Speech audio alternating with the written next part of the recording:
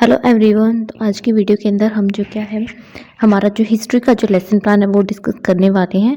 तो lesson plan बनाने के लिए सबसे पहले हमें कुछ जनरल इन्फॉर्मेशन लिखनी होगी, जिसमें सबसे पहले हमें लिखना होगा लेसन प्लान नंबर। ये है हमारा लेसन प्लान नंबर 19।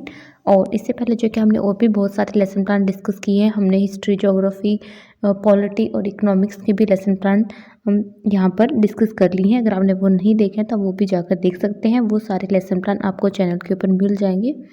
साथ में इस वीडियो के डिस्क्रिप्शन में भी उनका आपको लिंक मिल जाएगा, तो वहाँ से आप जाकर वो लेसन प्लान देख सकते हैं। तो लेसन प्लान बनाने के लिए सबसे पहले जैसे कि हमें जनरल इन्फॉर्मेशन लिखनी है, तो हमने पहले लिख दिया है हमारे पाठ्य योजना संख्या। उसके बाद हमें लिखनी होती है क्लास कि हम किस क्लास के लिए लेसन प्लान बना रहे हैं। फिर हमें लिखना होता है विषय, जो हमारा विषय वो है इतिहास। और उसके बाद हमें हमारा टॉपिक लिखना होता है, जो हमारा टॉपिक है वो है बौद्ध धर्म। उसके बाद हमें लिखनी होती है अवधि की, जो हमारा लेसन प्लान है वो कितने टाइम का है। तो ये यहाँ पर आप 20 से 30 मिनट का जो टाइम है वो लिख सकते हैं। और यहाँ पर जो क्या आप अपना खुद का नाम यहाँ पर लिखेंगे। तो ये सब हो जाती है आपकी जनरल इन्फॉर्मेशन, जो हमें हर एक लेसन प्लान के अंदर लिखनी होती है। नेक्स्ट अब हमें लिखने होते हैं सामान्य उद्देश्य। जो सामान्य उद्देश्य होते हैं वो हमारे सब्जेक्ट से रिलेटेड होंगे कि उस सब्जेक्ट को करवाने का एक टीचर का क्या एम है।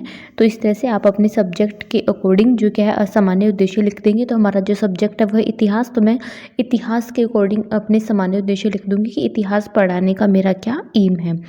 फिर आता है विशिष्ट उद्देश्य। जो विशिष्ट उद्देश्य होता है वो हमारे टॉपिक से रिलेटेड होंगे कि उस टॉपिक को करवाने का एक टीचर का क्या एम है। तो हमारा जो टॉपिक है वो है बौद्ध धर्म। तो इस टॉपिक को करवाने का जो टीचर का क्या एम है वो हमें लिखना होता है। तो पहले आता है ज्ञानात्मक स्तर की, इस टॉपिक को पढ़ने के बाद किस तरह से बच्चों का जो क्या है ज्ञान के अंदर वृद्धि होगी। सेकेंड होता है बोधात्मक स्तर की, इस टॉपिक को पढ़ने के बाद किस तरह से जो क्या उनकी जो अंडरस्टैंडिंग है वो इम्प्रूव होगी।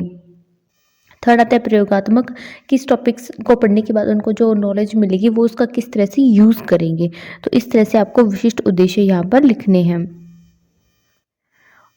फिर आता है हमारे पास प्रीवियस नॉलेज टेस्ट। ठीक है बच्चों की, जैसे कि हमें यहाँ पे प्रीवियस नॉलेज टेस्ट करनी होगी कोई भी टॉपिक करवाने से पहले। तो इसके लिए यहाँ पर आप 3 कॉलम बना लेंगे।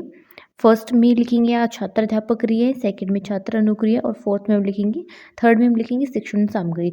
शिक्षण सामग्री के लिए आप जो क्या इस तरह की जो क्या है पिक्चर जो क्या है वो यहाँ पर पेस्ट कर सकते हैं।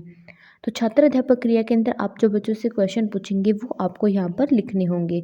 और छात्र क्रिया के अंदर बच्चे जो उसका आंसर देंगे वो यहाँ पर लिखेंगे। जैसे कि पहला टीचर क्वेश्चन पूछता है कि प्रस्तुत मानचित्र किस देश का है, तो आप जो क्या उन्हें एक जो मैप है वो दिखाएंगे और पूछेंगे कि ये मानचित्र किस देश का है।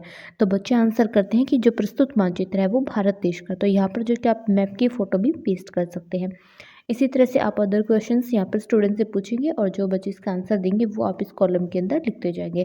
तो इस तरह से आप जो क्या है बच्चों की प्रीवियस नॉलेज टेस्ट करेंगे।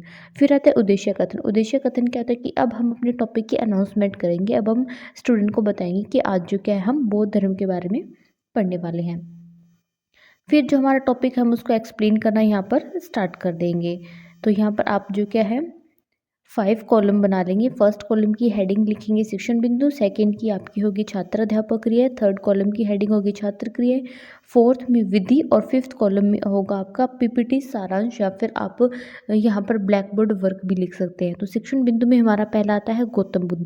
अब जो क्या है बच्चों से कुछ क्वेश्चन पूछेंगे। ठीक है, पहले गौतम बुद्ध के बारे में, उसके बाद उनको गौतम बुद्ध के बारे में हम अच्छे से एक्सप्लेन कर देंगे। तो छात्रों की क्या अनुक्रिया होगी, जो छात्र है उसको ध्यानपूर्वक सुन रहे हैं। और यहाँ पर पहले हमने कौन सी विधि यूज़ की थी, प्रश्नोत्तर विधि, और उसके बाद हमने यूज़ की थी व्याख्यान विधि, मतलब हमने बच्चों के टॉपिक एक्सप्लेन किया था। और इस तरह से यहाँ पर आप जो क्या कुछ पिक्चर्स भी पेस्ट कर सकते हैं।